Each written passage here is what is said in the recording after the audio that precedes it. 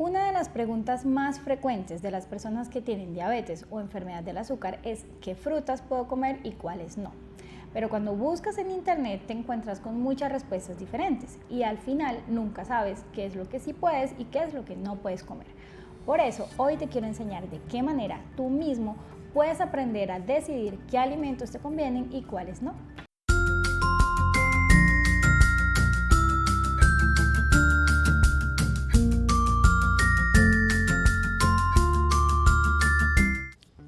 Hola familia, bienvenidos a una nueva entrega de Mamá y Doctora. Lo primero que quiero que sepas es que no te voy a compartir una lista de alimentos que podemos y no podemos comer. Lo que en realidad me interesa es que aprendamos a conocer los alimentos. Si los conocemos, podemos identificar cuáles son los que más nos convienen y cuáles no tanto. El término índice glicémico se ha puesto muy de moda en los últimos años porque supuestamente es el que nos permite decidir si un alimento favorece el metabolismo o no, porque está muy relacionado con la respuesta glicémica, es decir, lo que sucede con el azúcar en la sangre luego de ingerir determinado alimento.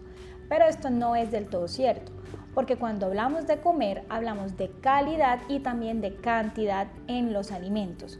Por eso no podemos desligar el término carga glicémica del índice glicémico, porque la carga glicémica es mucho más específica y es en realidad la que nos va a permitir escoger un alimento para que podamos mantener el azúcar en sangre en niveles normales. Vamos a entender entonces de qué se trata cada uno de estos términos.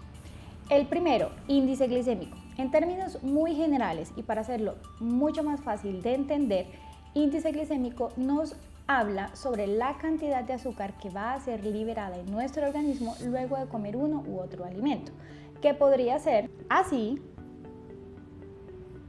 o así, según lo que escojamos comer. Y estas cantidades de azúcar, que evidentemente son muy diferentes, van a desencadenar en nuestro organismo muchas reacciones químicas que nos van a llevar hacia el camino de la salud o hacia el camino de la enfermedad. Por eso es tan importante que aprendamos a reconocer cuáles son los alimentos que nos van a favorecer si tenemos problemas con el azúcar o diabetes.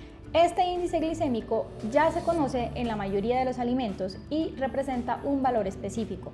Ya hoy en día podemos encontrar en internet muy fácilmente tablas como esta, donde nos semaforizan cada uno de estos alimentos según si su valor de índice glicémico es alto, medio o bajo. Pero con esto no basta para que podamos escoger bien la fruta que nos queremos comer.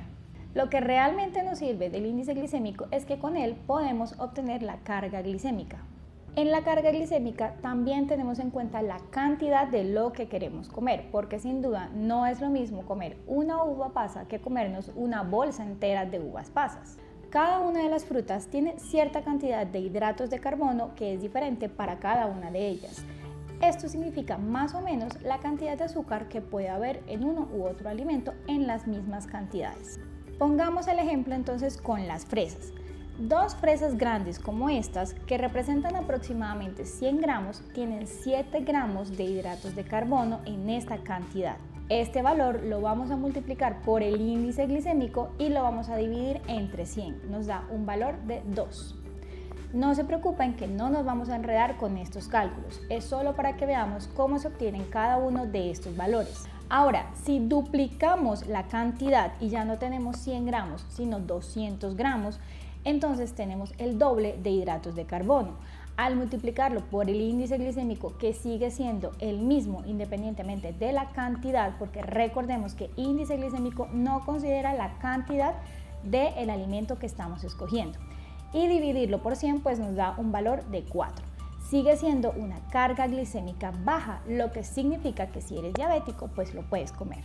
Es por eso que las fresas están dentro de los alimentos permitidos para diabéticos. En general no hay ningún alimento que esté completamente prohibido para una persona con diabetes o que sufra del azúcar, porque todo va ligado a la cantidad de lo que vamos a comer. Con el caso, por ejemplo, de la sandía, tenemos algo muy particular.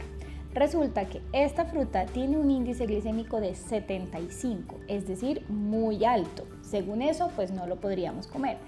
Pero resulta que la sandía tiene una gran cantidad de agua, por lo cual en 100 gramos de este alimento vamos a tener solo 5 gramos de hidratos de carbono, es decir, incluso menos que la fresa. Lo que significa que el resultado luego de hacer el cálculo de la carga glicémica es solo de 3.75, muy bajo, lo que significa entonces que la podemos consumir si tenemos diabetes o problemas con el azúcar, porque en esa cantidad, en 100 gramos, vamos a tener solo una carga glicémica de 3.75. Es decir, que si comemos una porción pequeña de este alimento no pasa nada, pero si nos comemos pues toda una sandía, ahí seguramente vamos a empezar a tener problemas. Pero al ser una fruta con gran cantidad de agua, por lo general las porciones que comemos son pequeñas. Esto es importantísimo para entender por qué la carga glicémica, según la cantidad del alimento que queremos comer, es la que nos define cuál de ellos podemos escoger, y no solo el índice glicémico. Ahora, existen otras características de los alimentos que van a interferir con nuestra respuesta glicémica, es decir, lo que pasa en la sangre con el azúcar luego de comer.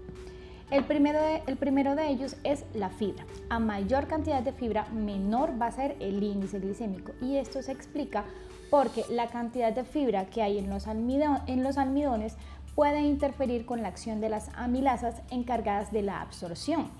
Es decir, al haber menor absorción, menor va a ser la liberación de azúcar en la sangre o en el organismo. Y los alimentos con mayor cantidad de fibra son precisamente esos que tienen que ser más masticaditos, que requieren un poquito más de masticación para poder digerirlos. El segundo, la cocción de los alimentos. El exceso de calor y el exceso de hidratación de cierto alimento luego de cocinarlo va a aumentar el índice glicémico. Esto pasa, por ejemplo, con las pastas. Las pastas no deben estar sobrecocidas porque aumenta su índice glicémico y no nos van a favorecer tanto. Cuando se cocinan, por ejemplo, pastas, estas deben quedar al dente para no interferir mucho con la respuesta glicémica. Tercero, la temperatura. Cuando el almidón se ha cocido y luego se mete a la nevera y se deja enfriar, al momento de consumirlo, luego de haber pasado por estos cambios térmicos, su índice glicémico ha disminuido, por lo cual es mucho mejor para la salud de un diabético. Por esto, la pasta, el arroz o las papas las podemos cocinar y luego meterlas a la nevera, dejarlas enfriar por aproximadamente 6 horas y luego calentarlas un poco para poder consumirlas. Esto puedes hacerlo, por ejemplo, en la noche anterior para consumirlos al día siguiente. El cuarto, el grado de maduración. A mayor maduración, mayor va a ser el índice glicémico. En el caso de las frutas, por ejemplo, prefiere aquellas frutas que no estén tan maduras, por ejemplo los bananos, que no estén tan negritos ni tengan tantas manchas, porque en estos que son más negritos y más maduros, el índice glicémico va a ser mucho mayor y por lo tanto una carga glicémica también mayor. Y por último, la presentación. Los alimentos líquidos en estado líquido, por ejemplo en el caso de una fruta, cuando hacemos un jugo, al estar en líquido va a ser mucho más fácil para nuestro cuerpo absorberlo y lo va a hacer de una manera muy rápida, por lo cual la liberación de ese azúcar contenido en ese alimento va a ser muy rápida y se va a elevar muy fácilmente en nuestra sangre, desencadenando respuestas químicas que no queremos. Por eso recomendamos a los pacientes con problemas con el azúcar consumir la fruta y no el jugo, porque además en la fruta como tal no olvidemos que tenemos también cantidades de fibra que van a favorecer nuestra digestión y además de eso, al demorarse un poco más el proceso de absorción, la respuesta glicémica no será tan alta. Ahora, no se trata de que vamos a tener calculadora en mano cada vez que vamos a comer y hacer el cálculo para saber si podemos o no podemos. Pero no estaría de más que pudieras tener impresa y visible en tu cocina la tabla que te voy a dejar en la descripción, porque con esa tabla podemos interpretar fácilmente qué cantidad de alimentos o más específicamente qué cantidad de una fruta me puedo comer cada vez que quiera. Para poder orientarte con esta tabla, ten en cuenta que si una fruta tiene muchos hidratos de carbono por cada 100 gramos, en general es estándar, los valores de hidratos de carbono están determinados todos en 100 gramos. Ten en cuenta entonces que si ese número es muy alto y además esa fruta tiene un índice glicémico muy alto, entonces efectivamente ese alimento no lo podemos consumir tan seguido, solo ocasionalmente y en muy pequeñas cantidades. Pero si la fruta que quieres comer tiene poca cantidad de hidratos de carbono en 100 gramos, aunque tenga un índice glicémico muy alto, significa que lo podemos consumir en pequeñas cantidades, pero más frecuentemente. Pero si la fruta que quieres comer tiene pocos hidratos de carbono y además un índice glicémico bajo, es decir, está en la lista, en la columna de color verde en el semáforo de índice glicémico, significa entonces que este alimento lo podemos comer muy seguido y en grandes cantidades, porque no va a afectar de gran manera la respuesta glicémica, es decir, que las cantidades de azúcar que van a ser liberadas a nuestra sangre luego de comerlo van a ser muy poquitas. De nuevo te recuerdo que no hay ningún alimento prohibido completamente si tienes diabetes o si tienes problemas con el azúcar. Lo importante siempre es la cantidad de lo que quieres comer y el balance en la alimentación.